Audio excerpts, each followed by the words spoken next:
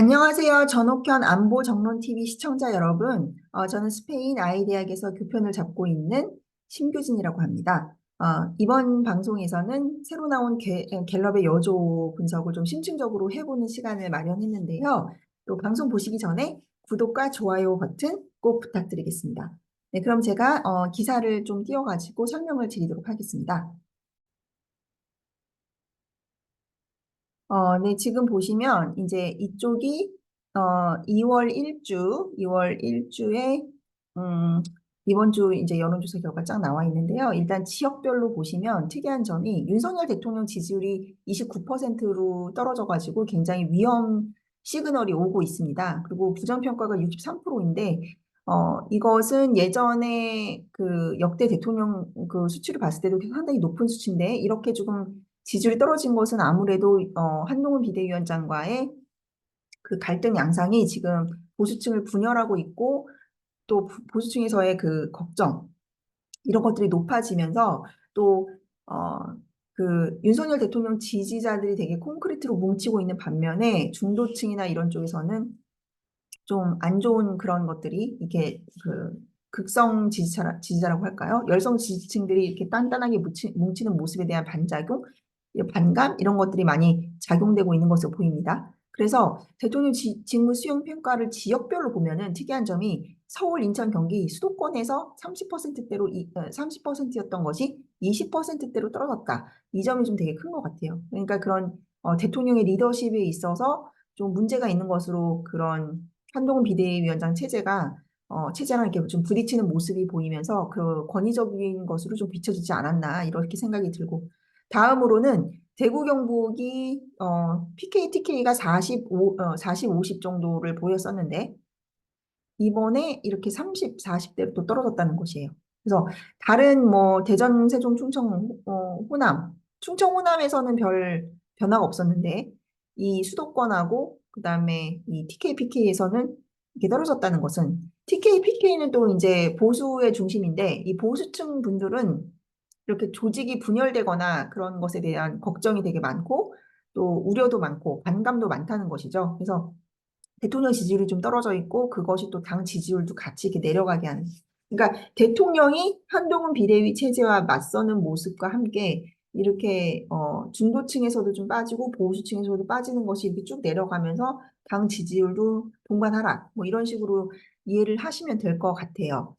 그래서 저는 또 이 대통령 지지율 중에 좀 유의해서 보는 것이 무엇이냐면 갤럽이 좀 특이하게 평소 정치에 관심이 많이 있는지 약간 있는지 별로 없는지를 좀 물어보거든요. 그래서 이 지표가 약간 그 ARS의 왜 ARS하고 그 면접하고 차이가 나는지 그것에 대한 좀 이해를 좀 돕는 지표거든요. 그 무슨 말이냐면은 ARS는 좀 이렇게 되게 높게 나오잖아요. 대통령 지지율이 면접보다는 높게 잡히는 경향이 있는데 그 이유는 이게 이 정치 고관여층들이 ARS에 잡히기 때문이다. 그래서 갤럽에서 보면은요.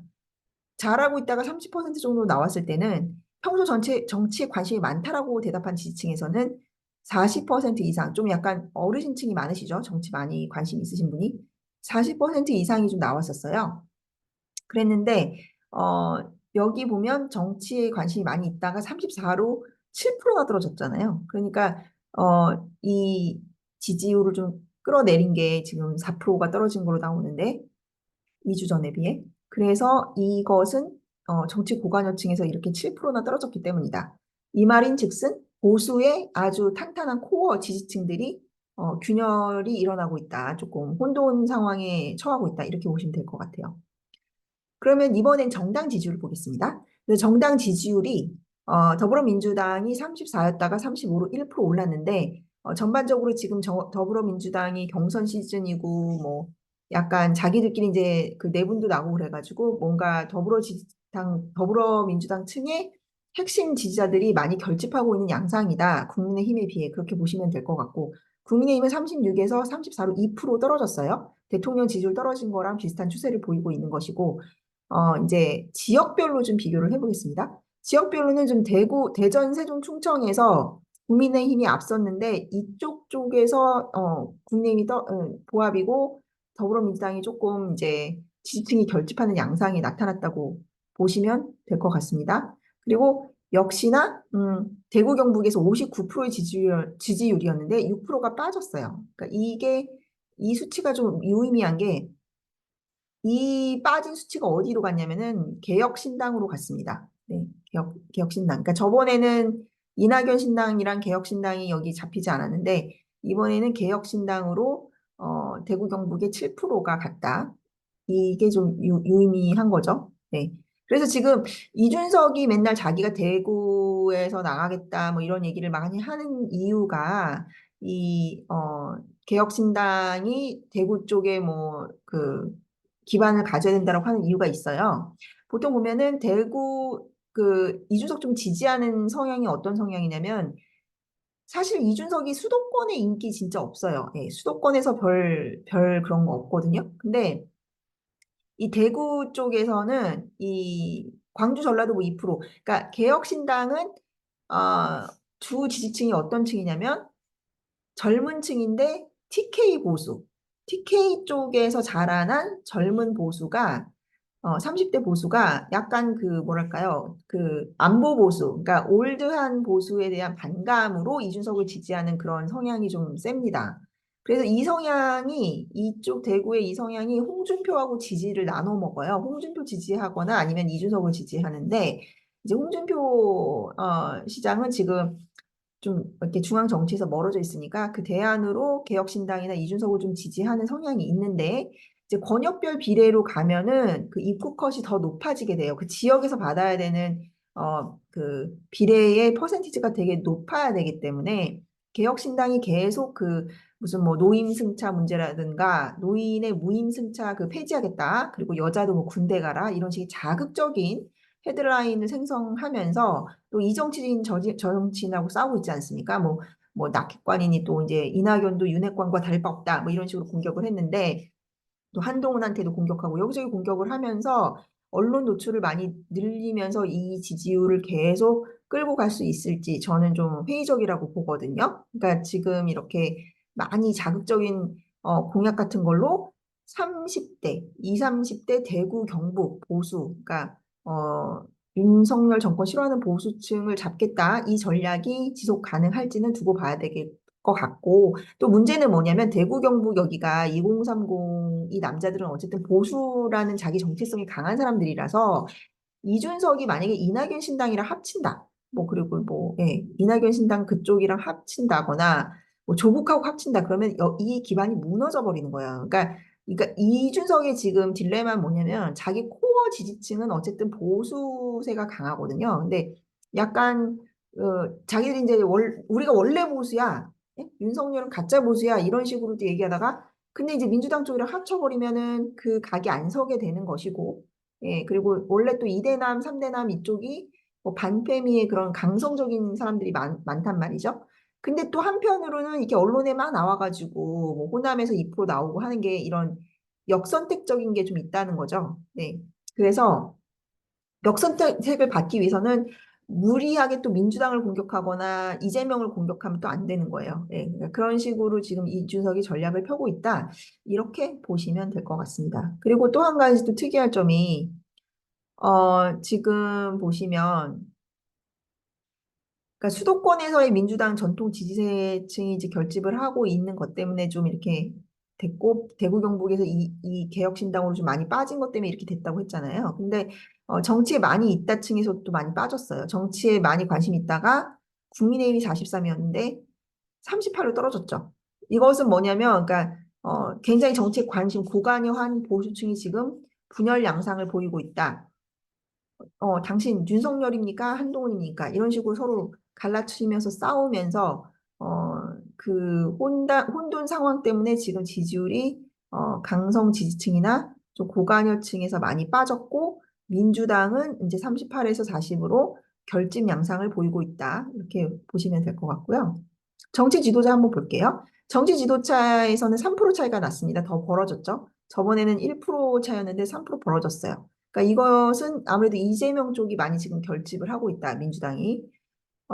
그리고 근데 이런 거 보면 정말 이재명이 정말 되게 독한 사람이라는 생각은 들어요. 뭐 어떤 뭐 공격을 받든 간에 자기 거는 확실히 챙기고 가겠다. 그리고 비례도 병리평을 해가지고 예, 내 계파 내가 해줄 수 있는 친명 목숨 다 챙기겠다. 그리고 또 뭐 이준석 같은 저 이현주까지 끌어들이면서 자기 지지층은 결집을 막 하겠다는 거 아닙니까? 그래서 이재명이 26, 한동훈이 23. 그리고 이준석이나 이낙연이 1%씩 올랐어요. 그쵸? 이준석, 이낙연 3%였다가 올랐고, 근데 이제 이준석의 표가 올랐는데, 이거는 한동훈에게서 빠져나간 게 아니고, 한동훈에서 올랐잖아요. 한동훈에서 빠져나간 건 아니고, 이준석이 뺏어온 건 누구 표냐? 홍준표의 지지율입니다. 홍준표가 3%에서 2%로 빠졌는데, 그게 고스란히 이준석으로 갔는데, 그 소스는 뭐냐? 대구, 경북.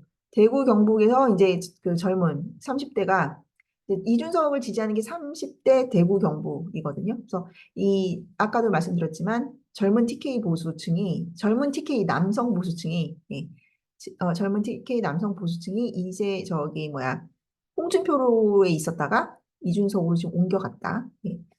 그래서 이준석은 이제 이거를 붙잡기 위해서 계속 자극적인 거 여성 갈라치기, 남성 갈라치기를 할 것이다. 그렇게 보여지는 것이죠. 네. 여기서도 보면 또 남성이 5%인데 여성은 2%. 예. 비슷하죠. 예.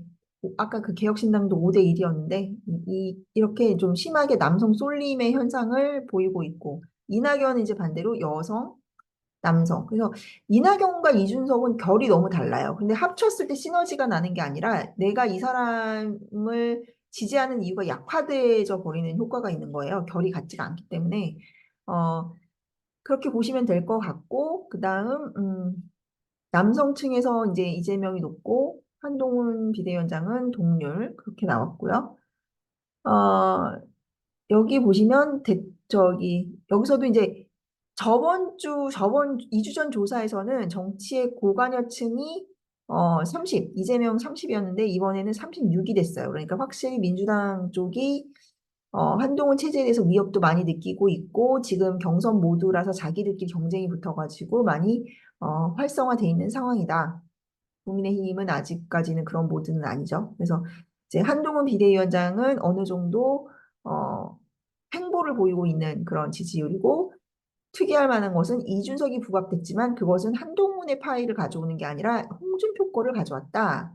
그리고 이재명은 어쨌든 지지층 결집에 지금 단속에 성공하고 있는 양상이다. 뭐 그렇게 보시면 될 것 같습니다. 네.